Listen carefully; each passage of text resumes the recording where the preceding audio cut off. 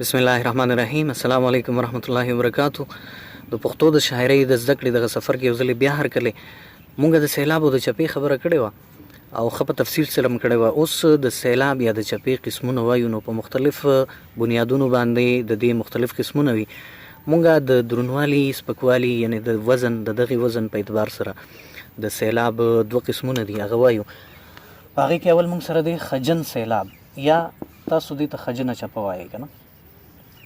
نو په دې باندې بحث کوو. دویم قسم موږ سره دی سپک سیلاب. خجن څه ته وایي؟ خجن سیلاب مطلب څه شو؟ نو د خجن سیلاب د زده کړې دپاره به اول موږ دا پېژنو چې دا خج څه ته وایي. چې په کوم سیلاب خج راشي دغه سیلاب ته خجن سیلاب وایي. اوس دا خج څه ته وایي؟ نو د ټولو نه اهم څیز په شاعرۍ کې خج دی. تاسو ما مخکې ویلي چې په دې خج باندې بهر ولاړ وي. دا ضروري څیز دی. دا چې یو کس له نه ورځي نو دی په شاعرۍ بالکل نه پوهېږي. نو د دې زده کړه په شاعرۍ کې ډېره لازمي ده. خج د عربۍ ژبې ټکي دی. په پښتو کې دې ته درونوالی وایي، په فارسي کې دې دپاره فشار لفظ استعمالیږي او په انګلیش کې دې ته اکسنټ وایي. په عام ساده الفاظو کې په ساده پښتو کې او په اسانو الفاظو کې که زه تاسو پوهه کړم چې خج څه ته وایي، نو خج په یو غږ کې سختوالی ته وایي. اسانه خبره ده. سختوالی مطلب شدت په یو دغه کې لږ درونوالی په یو غږ کې راشي، په یو چپه یا په یو سیلاب کې راشي. مثال په تور 2-3 سیلابونه را یوځای کې یا څلور او په هغې کې یو سیلاب داسې وي چې په هغې باندې زور راغلی وي، په هغې باندې درونوالی راغلی وي. نو دغه درون سیلاب چې کوم دی دې ته خجن سیلاب ویلی شي او دغه باقي چې کوم دی نو دغه په کومو چې خج نه وي راغلی هغې ته سپک سیلاب ویلی شي. اوس د یو مثال په مدد سره زه تاسو پوهیږم. په پښتو کې یو ټکی موږ استعمالوو عام پاسه ټکی. اوس که تاسو وګورئ د پاسه کې دا دوه سیلابیز ټکی دی. په دې کې دوه سیلابه دي، لومبنی پا او دویم سا. نو که تاسو وګورئ په دې لومبني پا باندې دې باندې لږ زور راغلی دی، پاسه. نو پاسه دا خج دی، په دې پا باندې راغلی دی. د خج اهمیت په عامو خبرو کې عام نثر کې ډیر زیات دی او په منظوم کلام کې خو بیا ډیر زیات دی. او تاسو ته مې ویلي چې بهر ټول په خج باندې ولاړ وي. که د خج چې کوم ټاکلی شوی ځای وي، کوم ټاکلی شوی پوزیشن وي، دی د هغه ځای نه ته وخوځئ بل ځای ته کې، نو په هغه ټکي کې د هغې مطلب هم بدلېدی شي او د هغې پوره مادهي معنه هم بدلېدی شي. مطلب څنګه بدلېدی شي؟ مثال په طور د پاسه کې وګورئ تاسو خج په لومبني پا باندې راغلی. که تاسو دا خج د دې لومبنۍ نه دویم ته واړوئ، ټیک شوله، نو بیا به دا شي پاسه. نو پاسه او پاسه کې څومره فرق دی تاسو ته اندازه کیدی شي. مطلب یې بدل شو که نه شو؟ پاسه چې ته یو کس ته مخاطب یې او ستا مخې ته دی هغه ته وایي چې پاسه، نو هغه ته د امر وکړو. پاسه کې که تاسو وګورئ دې کې یو استمراري معنی پرته ده.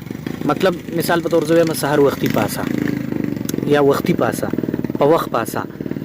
نو دا د هغې ټایپ دغه دپاره راځي. مطلب یې جدا شو، د دې جدا مطلب شو، د هغې جدا مطلب شو. نو صرف د دې خج د وجې په دې کې دومره فرق راغی. کله کله د خج د وجې پوره مادهي معنه هم بدله شي.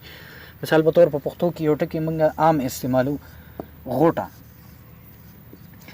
دا غوټه ټکي چې کوم دی نو که تاسو دې کې وګورئ په دې لومبني سیلاب باندې زور دی، په دې باندې خج دی غوټه. اوس که تاسو د دې دا سیلاب د دې دا خج چې کوم دی د دې دا پوزیشن بدل کړي او دا د دې نه دې ته راواړوئ تاسو، نو دا به شي غوټه. نو اوس تاسو وګورئ د دې مادهي معنی مکمل بدله شو که نه شوه؟ غوټه مطلب یو څیز له غوټه ورکو. خو که تاسو د دې دا خج د دې لومبني پوزیشن نه دویم ته کوئ نو دا به شي غوټه. سین کې یا په خوړ کې مطلب غوپه لګول غوټه هغې ته ویلی شي. عام زموږ په معاشره کې چې کوم بعضې استعمالېږي په یو کس باندې څه چپه راشي څه دغه راشي نو هغې دپاره وایي هلکې غوټه پرې راغله، ټیک شوله. نو مکمل هغه معنی بدله شوه. د خج دومره اهمیت دی نو خج زده کول ډېر لازمي دی. د دې بیا مختلف قسمونه دي د خج. نو ډېر ضرورت خو نشته چې مطلب خامخا د یو سړی زده کړي د هغې قسمونه، خو بیا هم د نالج دپاره د علم دپاره پکار ده چې د هغې زده کړه وکړی شي. د خج 4 قسمونه چې کوم دي په هغې کې لومړی موږ سره چپیز خج ورته ویلی شي یا سیلابیز خج. د دې مطلب دا دی چې دا خج په چپه کې دننه په یو حرکت باندې راغلی. مثال په طور زه به تاسو ته یو مثال واخلم د دې سپین. په دې سپین کې که تاسو وګورئ دا یې چې کوم ده په دې باندې لږ زور راغلی دی. ټیک شوله، دا یو سیلابیز ټکی دی، سپین، یو سیلاب دی سپین. نو په دې سپین کې په دې یې باندې لږ زور راغلی، دې ته د چپې خج ویلی شي. د یو سیلاب دننه چې کوم په حرکت باندې راغلی چپیز خج ورته ویلی شي. دویم قسم د خج چې کوم دی هغې ته ویلی شي د کلمې خج. د کلمې خج مطلب دا دی چې پورا یو کلمه، مثال په طور زیات سیلابیز ټکي چې کوم دی دغه کلمې دي، دغه کلمه کې په یو سیلاب باندې زور راغلی وي، خج راغلی وي، هغې ته د کلمې خج وي. لکه مثال به زه واخلم ملګری.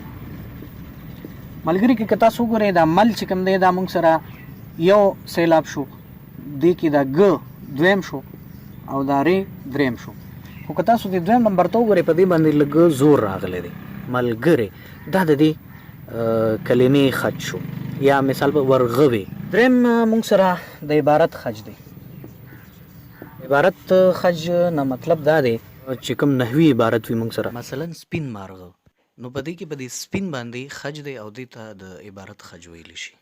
څلورم قسم د خج چې کوم دی هغې ته موږ وایو د جملې خج، یا دې ته غونډلیز خج هم ویلی شي. د دې مطلب دا دی چې په پوره یو جمله کې په یو لفظ داسې وي چې په هغې خج راغلی وي او لکه زور پرې راغلی وي، او دغه زور او دغه خج چې په کوم لفظ باندې په کار وي چې په هغه ځای راشي، د دې دپاره چې د دې جملې چې کوم صحیح مطلب دی هغه ته ډیلیور کړي، هغه ته یو کس ته مطلب وښیي چې بھئی زما د دې جملې، زما د دې خبرې دا مطلب دی. یو مثال په مدد سره پوهیږم. مثال ما سره دی زه امرود خورم. اوس ګورو مونږه دې کې درې کلمې دي، درې ټکي دي، زه امرود خورم. ټیک شوله. اوس خج که مثال په طور مونږ په دې لومبني ټکي باندې راوړو، نو څنګه به راوړو؟ په دې زه باندې به زور راځي، زه امرود خورم، زه امرود خورم. دلته کې که تاسو وګورئ په دې زه باندې زور دی، نو د دې دا مطلب دی چې دا چا یو سوال وکړو چې امرود څوک خوري، نو د هغې په جواب کې یو کس ووي یا ما ووي چې زه امرود خورم، نو په دې زه باندې دې ځای کې زور راغی. اوس که د خج د دې نه د امرود دویم نمبر ټکي ته موږ راواړو، نو دا به څنګه زه امرود خورم.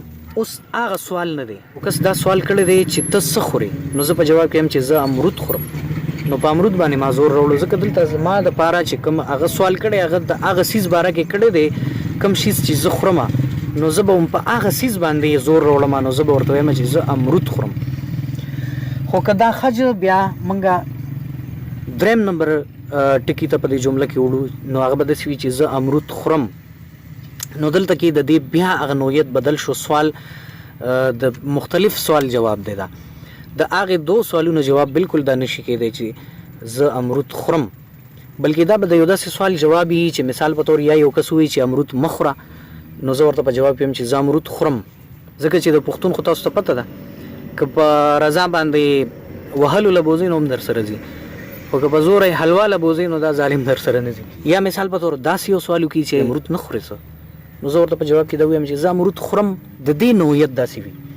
نو دلته کې د خج تاسو وکتل چې پوزیشن بدلیږي، نو پوره مطلب بدلیږي. دې ته د جملې د پوره جملې خج ویلی شي.